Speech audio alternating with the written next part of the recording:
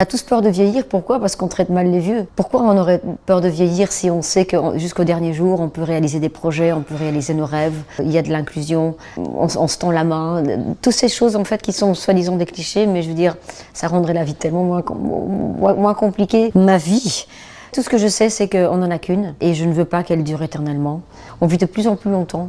Et on est tous en mode comme celui qui tombe du 10e étage, jusqu'ici tout va bien. Je pense qu'en fait on n'a pas un âge. Je pense qu'à tout moment de la vie, on a l'enfant en nous, on a le feu de l'adolescence, les hormones changent jusqu'à ce qu'ils disparaissent, donc la andropause et ménopause. Et puis il y a la vieillesse. Mais on a ça en nous tout le temps. Sauf que ça change même d'un jour à l'autre. Par exemple, il y a des jeunes qui ont 15 ans et comme ils sont angoissés par la vie, mais en fait ils sont quelque part vieux. Je n'ai pas peur de vieillir. J'ai peur à un moment donné, de ne plus pouvoir fonctionner ou de devenir dépendante ou de ne plus pouvoir réaliser des projets ou d'avoir mal quelque part.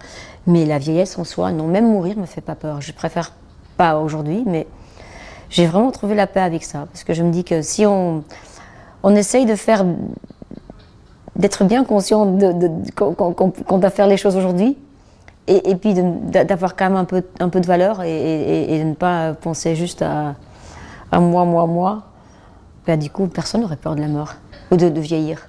On vit dans une société où on vit plus longtemps, donc on doit se réinventer. On peut se réinventer en tant que femme.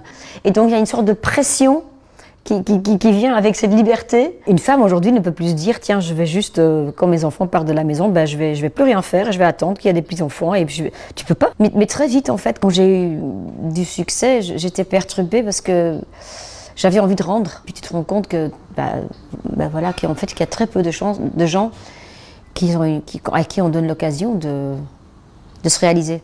Si je positivise, je me dis, écoute, franchement, je pense que j'ai apporté ma pierre. 15 ans avant le MeToo, j'avais mon album Sisters and Empathy qui parlait des violences sexuelles. J'en ai fait un deuxième album par la suite, Un cœur comme le mien. Et je me suis engagée pour plein de choses différentes encore aujourd'hui, pour les mines antipersonnelles, mais aussi j'aimerais qu'on arrive à ce qu'on ne vise plus les civils dans les guerres. Donc il y a plein de choses que je fais et que je continue à faire. Et si on fait ça, on n'est pas dans la frustration. Et je pense que c'est ça qui compte. Je suis fière, je suis dans la gratitude aussi. Je pense que c'est très important de se dire, tiens, ça, je l'ai eu. Les défaites sont seulement les victoires si on les utilise pour se remettre en question. Je me rends compte que la vie, c'est de la perception. Tout est de la perception. Parce que même quand il t'arrive le pire, encore se dire, tiens, oui, c'est horrible, mais peut-être il y a demain. Peut-être il y a quelqu'un qui va me tendre la main. Moi, écrire, c'est une thérapie. Et en même temps, c'est vouloir partager des messages. Et j'ai toujours été très, très consciente de ça. Plus légère la chanson est, mieux le message passe. Moi, je suis une grande fan de contes de fées. Et si tu dis à un enfant, écoute ce conte de fées et tu vas prendre la vie, il ne va jamais regarder le conte de fées.